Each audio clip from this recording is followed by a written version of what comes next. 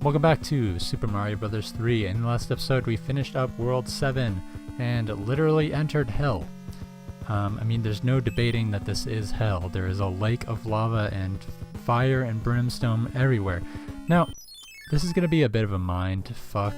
I'm not even really sure how this happened myself, but I have recorded this episode already. For some reason, however, I inexplicably just do not have the video file for the episode that I recorded. I have the audio file, I have the voiceover and everything of myself doing the first few levels of World 8. But inexplicably, without any kind of reason whatsoever, there's just no video file to be found. I don't know what happened, but thank God for save states, honestly, because without that, I do a little save state after I finish each episode, so if anything goes wrong during a recording, I can just kind of start over if need be.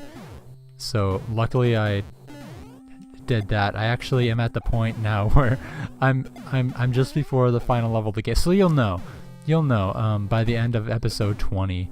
I'll be at the end, like about to go into the very final level of the entire game.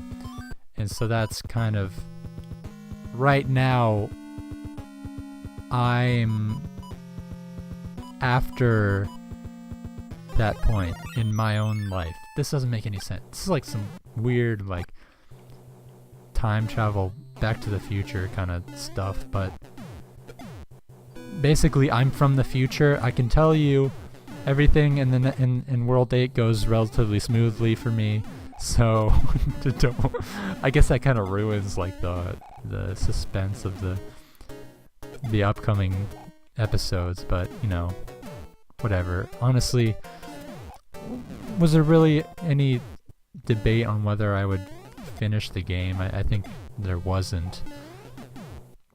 But this is kind of frustrating because now I have to go through all these levels again, which is something I didn't really want to do. But the upside, I guess, is I do have a save state of the end of episode 20, which is right before I go into the final level. So if I want to, I could use the items in my inventory without any repercussions.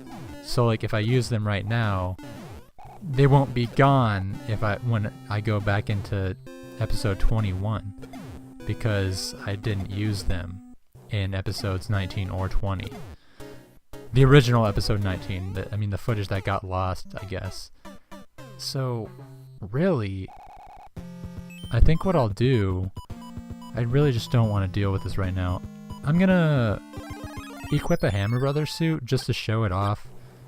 I guess I could have done that in the Bowser's Castle too, but it's kind of cool here. I mean, if things didn't go according to plan, and like it may actually not be the best course of action to use a Hammer Brothers suit in the Bowser's Castle, just because it doesn't really necessitate it much. And I lost it anyway just then, so I guess it doesn't matter. But yeah, I can just use any items I want, basically. I could use a star, I could use a P-Wing if I just get too frustrated with this. Yeah, so that's kind of cool, I guess, now that I think about it.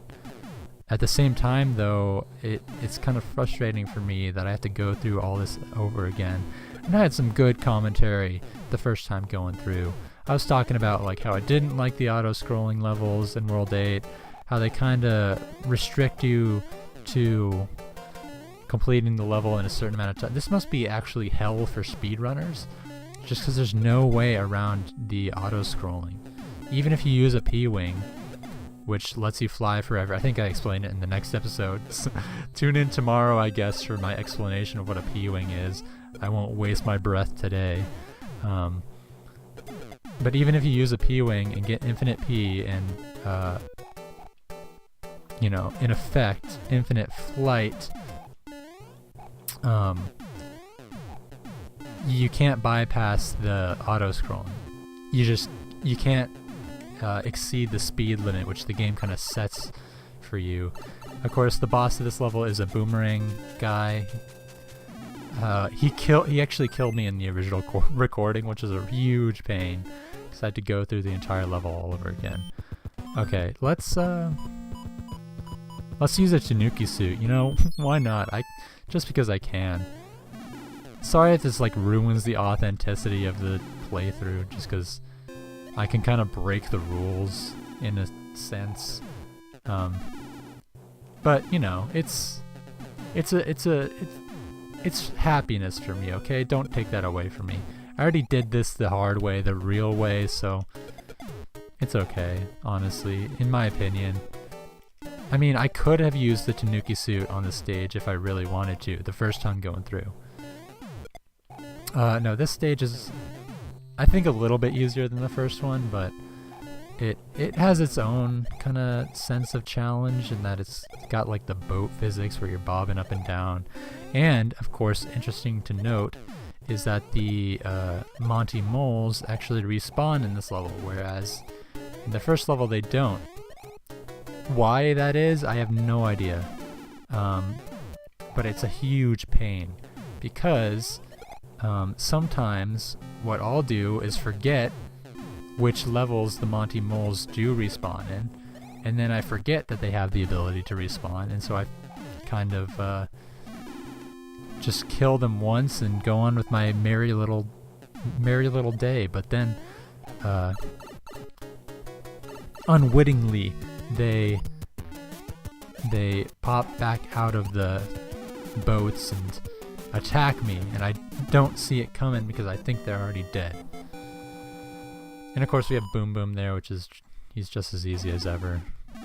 I talk about that kind of more at length in episode 28. I feel like this episode now kind of like lacks